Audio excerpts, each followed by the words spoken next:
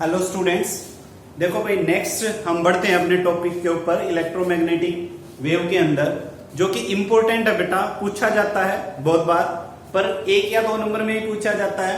और ये higher classes के लिए इंपॉर्टेंट है, आपके पास हायर क्लासेस के लिए इंपॉर्टेंट है, क्योंकि ये हायर क्लासेस में थोड़ा सा डीपली चला जाता है। और यहाँ पे बस हम आपको बता के निकल जाएंगे कि मैक्सवेल इक्वेशंस क्या होती हैं।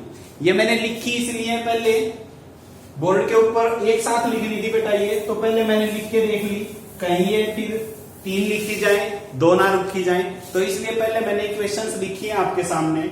मैक्सवेल्स इक्वेशन है क्या क्या, मैं एक बार पढ़ के बताता हूं। E dot D S is equal to Q by epsilon not है। E dot D S is equal to Q by epsilon not, ये रिजल्ट तो हम पढ़ चुके हैं। कहां पढ़ चुके हैं? गॉस थ्योरम इन इलेक्ट्रोस्टैटिक्स, पढ़ लिया। फिर इसके बाद है भाई B dot D S is equal to 0, ये भी पढ़ा है। ये है गॉस थ्योरम या Gauss law in magnetism, Gauss law in magnetism, ये आपको याद होनी चाहिए। पांचों इक्वेशन मैग्नेटिज्म में भाई ये। इसके बाद है E dot D L is equal to minus of D by D T into B dot D S, ये आपके यहां Faraday law in electromagnetic induction,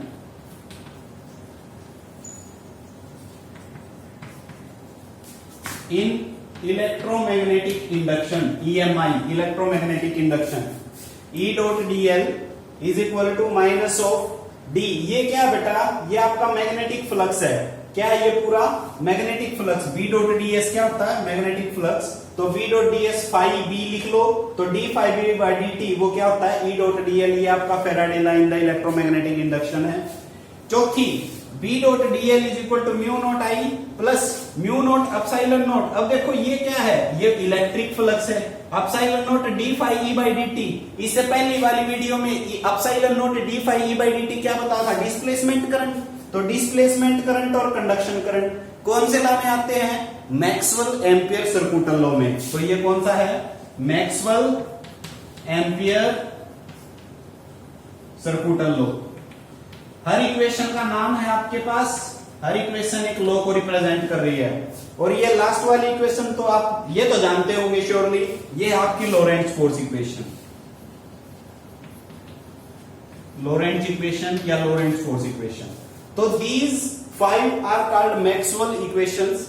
अब इन इक्वेशंस के बेस पे, इन इक्वेशन के बेस पे मैक्सवेल ने इलेक्ट्रोमैग्नेटिक वेव्स के बारे में कुछ प्रिडिक्शन की, वो प्रिडिक्शन पॉइंट्स मैं आपको लिख के दिखाऊंगा बेटा बोर्ड के ऊपर, कि वो क्या क्या प्रिडिक्शन निकली, मैक्सवेल ने क्या क्या बात बताई इलेक्ट्रोमैग्नेटिक वेव्स के बारे में। एक बार ये आप पांचों इक्वेशंस और पांचों इक्वेशंस के नाम ये नोट करो एक बार नोटबुक में, क्या क्या है। E dot D S is equal to Q by epsilon not, Gauss theorem in electrostatics. B dot D S is equal to 0, Gauss theorem in magnetism.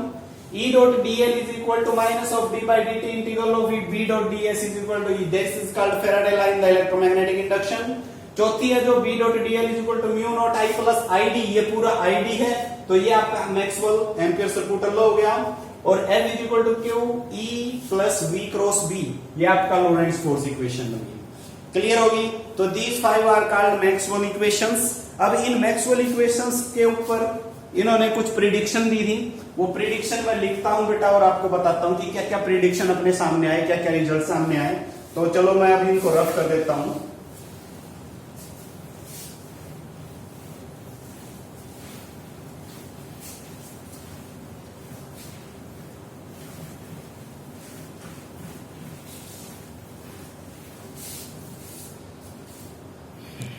On the basis of these equation,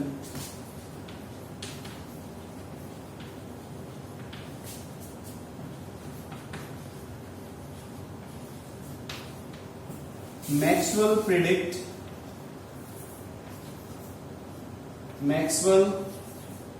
predict that first point by electromagnetic wave can be produced by a vibrating charged particle। Electromagnetic waves can be produced by a vibrating charge particle, vibrating charge particle in magnetic field या electric field, vibrating charge particle. पर वो charge particle vibrate होना चाहिए electric field के अंदर, ये बात है। दूसरा पॉइंट क्या प्रिडिक्ट किया कि जो ये इलेक्ट्रोमैग्नेटिक वेव्स हैं ये स्पेस के अंदर बेटा 3 × 10⁸ मीटर पर सेकंड की स्पीड से चलती हैं। These waves कौन सी? Electromagnetic waves. These waves can propagate in space with speed 3 × 10⁸। तो ये मैक्सवेल की ही कंसीडरेशन आप पढ़ते हो, मीटर पर सेकेंड। तीसरी बात क्या प्रिडिक्ट की भाई मैक्सवेल ने कि जो ये इलेक्ट्रोमैग्नेटिक वेव्स हैं, these electromagnetic waves are of transverse nature. कैसे नेचर की हैं? Transverse nature. अब ये नई चीज आ गई, इसको डिस्कस करेंगे। Electromagnetic waves are of transverse nature.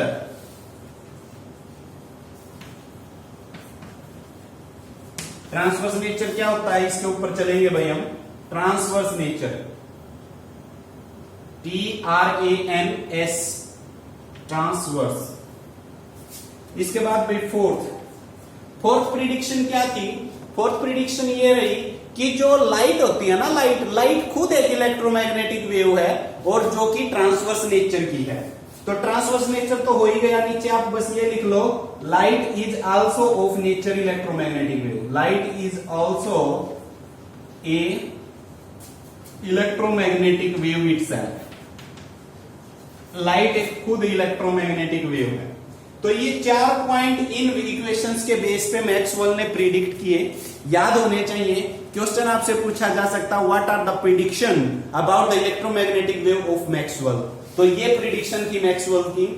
और अब इनमें से नेक्स्ट जो टॉपिक पे जा रहे हैं, ये ठीक हो गया, ये ठीक हो गया। अब इसके ऊपर इस पे को जा रहे हैं हम कि ट्रांसवर्स नेचर प्रूफ करते हैं। Transverse nature of electromagnetic wave को कैसे हम प्रूफ कर सकते हैं, चलिए।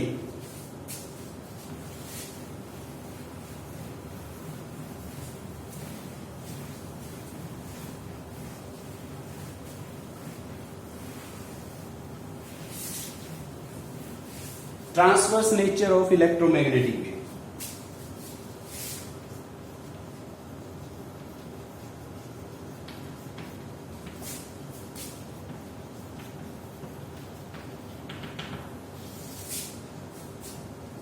तो भाई इसको है ना एक बार एक डायग्राम से समझते हैं। मैं वो डायग्राम कंप्लीट कर लेता हूं।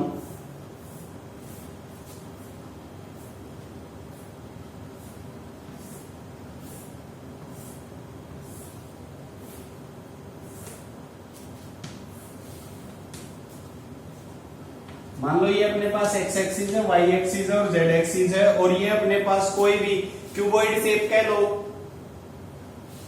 या क्यूबिक शेप कह लेते हैं, कोई भी कह लो। उस इनके नेमिंग कर लेते हैं। ये ओ हो गया भाई, A B C D E F और जी, ये नेमिंग कर लेते हैं इनके सरफेसेस के ऊपर। अब ट्रांसवर्स नेचर क्या होता है, ध्यान करो बेटा। 11th क्लास में हमने वेव्स के 2 टाइप पढ़े थे, लॉन्गिट्यूडनल वेव और ट्रांसवर्स वेव, याद आया? लॉन्गिट्यूडनल वेव क्या होती है और ट्रांसवर्स वेव क्या होती है? ट्रांसवर्स वेव हमने वो पढ़ी थी, वो वेव्स जो पाथ ऑफ प्रोपगेशन के परपेंडिकुलरली वाइब्रेट करें, जिसमें particle, the waves in which particle of the medium vibrate perpendicular to the path of propagation, such type of waves are called transverse wave. And the longitudinal waves are those waves in which particle vibrate along the direction of path of propagation. तो वो होगी longitudinal waves. अब यहाँ पे हम क्या कह रहे हैं, इलेक्ट्रोमैग्नेटिक वेव कैसे नेचर की हैं? ट्रांसवर्स नेचर की हैं। तो हमें क्या प्रूफ करना है? हमें ये प्रूफ करना है कि जो पाथ ऑफ प्रोपगेशन है, उस पाथ ऑफ प्रोपगेशन के पार्टिकल कैसे वाइब्रेट करें? परपेंडिकुलर। कैसे वाइब्रेट करें बेटा? परपेंडिकुलर। तो ये प्रूफ करना है। ये प्रूफ हो जाएगा तो आपका क्या बनेगा? हम कह सकते हैं कि इलेक्ट्रोमैग्नेटिक वेव है ट्रांसवर्स नेचर। तो देखो कैसे करेंगे हम। अब ये जो डायग्राम बनाया है, इस डायग्राम से मैं क्या रिप्रेजेंट करना चाहता हूं, एक बेटा उल्टा केस मान के चलो। कंट्रोवर्सी एक केस मान लो। कंट्रोवर्सी केस क्या मान लिया? केस ये मान लिया कि जो एक्स एक्सिस है, एक्स एक्सिस तो है path of propagation. X axis क्या है? Path of propagation. मान लो तो वेव वो किस तरफ जा रही है? एक्स एक्सिस की तरफ। अब जो इलेक्ट्रोमैग्नेटिक वेव है, इलेक्ट्रोमैग्नेटिक वेव में जो इलेक्ट्रिक फील्ड है, वो इलेक्ट्रिक फील्ड मान लो मैं एक्स एक्सिस की तरफ ही जा रही हूं। उल्टा मान लिया। उल्टा कौन सा केस मान रहा हूं? लॉन्गिट्यूडनल वाला मान रहा हूं ना। लॉन्गिट्यूडनल वाला क्या हो गया? अगर एक्स एक्सिस में वेव जा रही है तो मैंने इलेक्ट्रिक फील्ड भी एक्स एक्सिस में ही माना। अगर मेरी प्रिडिक्शन कहीं ना कहीं लास्ट में जाकर के अगर गलत हो जाती है तो इसका मतलब क्या हुआ? इसका मतलब ये हुआ इलेक्ट्रिक फील्ड उसके अलोंग ना होकर के क्या है? उसके perpendicular, and this represent the transverse nature.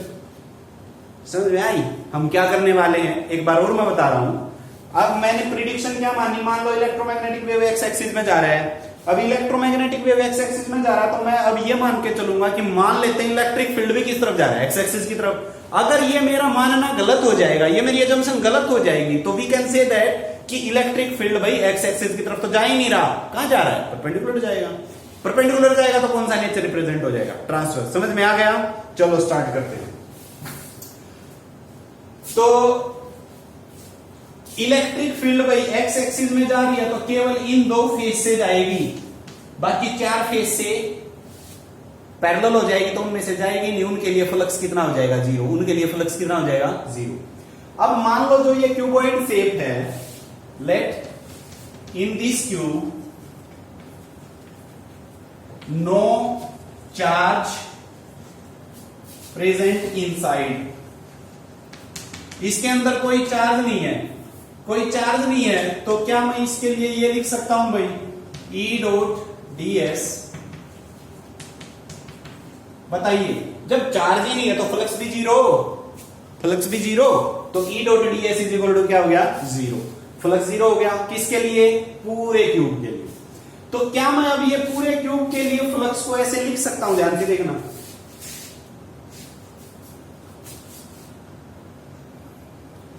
E dot ds plus integral of E dot ds plus integral of E dot ds plus integral of E dot ds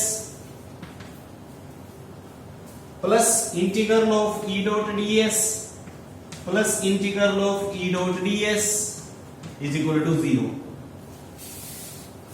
अब सुनो, मैंने ये 6 बार लिखा है। 1 2 3 4 5 6। 6 क्यों?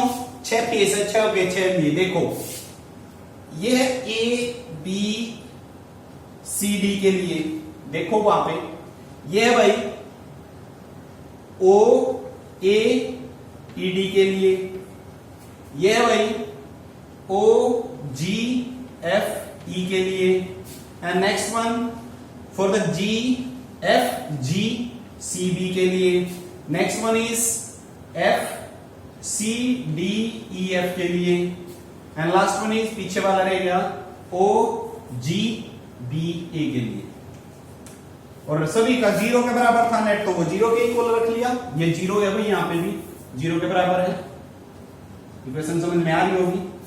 तो 6 फेस थे, 6 का 6 टोटल फ्लक्स किसके इक्वल है? जीरो। ये रहा टोटल फ्लक्स जीरो के बराबर।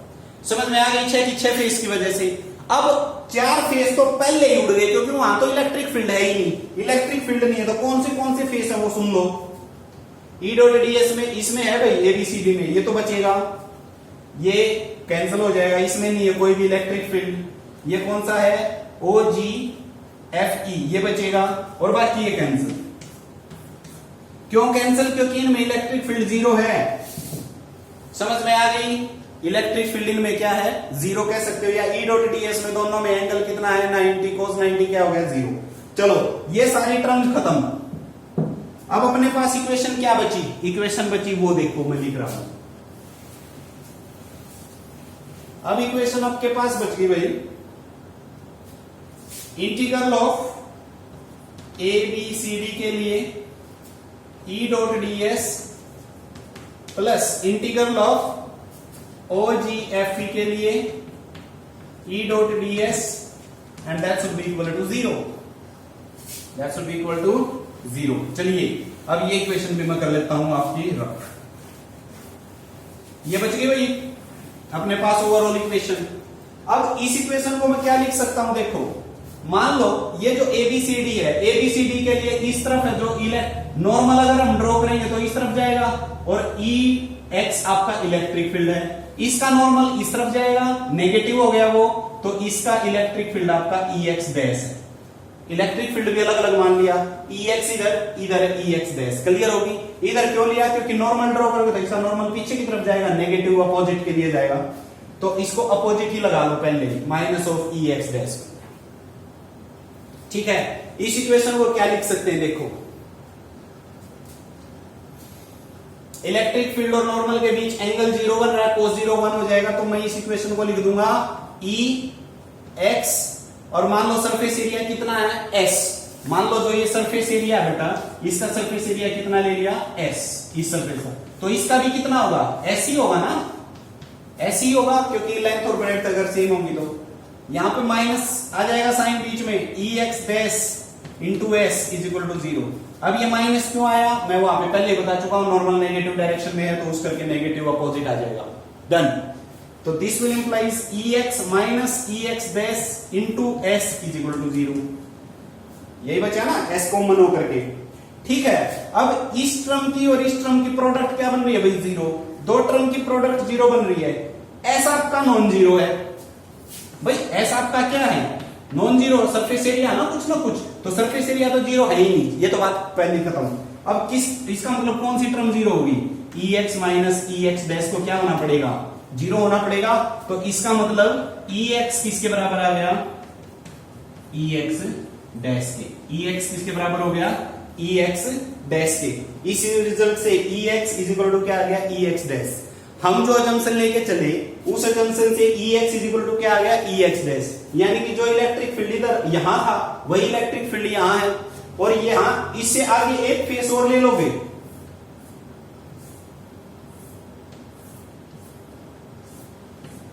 उतना इलेक्ट्रिक फील्ड यहां पे भी हो जाएगा भाई, इतना एक फेस और आगे लेके चलोगे उतना इलेक्ट्रिक फील्ड वहां हो जाएगा। इसका मतलब इलेक्ट्रिक फील्ड कैसा रहा, स्टैटिक। तो अब नीचे क्या लिखोगे इस इक्वेशन के नीचे, this will implies electric field is static electric field, so we can say that electric field is static electric field.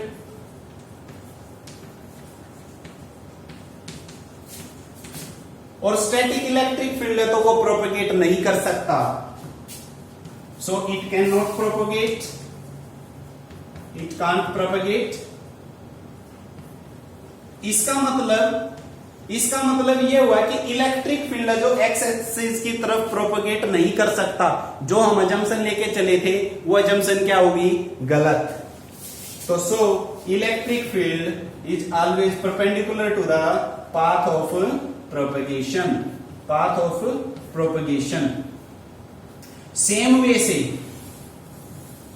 से बेटा आप क्या कर सकते हो, मैग्नेटिक फील्ड को भी दिखा सकते हैं, सेम वे से, बिल्कुल सेम सारे रिजल्ट आएंगे, बस ई की जगह क्या होता चला जाएगा, बी। सारे मैथमेटिकल रूल उसके लिए भी अप्लाई हो जाएंगे, तो वहां पे बी भी क्या आ जाएगा, perpendicular to the path of propagation. Electric field भी perpendicular to the path of propagation, और मैग्नेटिक फील्ड भी perpendicular to the path of propagation. तो इसका मतलब हम कह सकते हैं कि जो इलेक्ट्रोमैग्नेटिक वेव्स हैं, इलेक्ट्रोमैग्नेटिक वेव हैं, वो कैसे नेचर की हैं बेटा, ट्रांसवर्स नेचर की हैं। हमने मैथमेटिकली इसको प्रूव कर लिया है। तो आपका क्वेश्चन अगर आ जाए, how can you prove that electromagnetic waves are of transverse nature, then you can derive this relation. Clear? Thank you, have a nice day.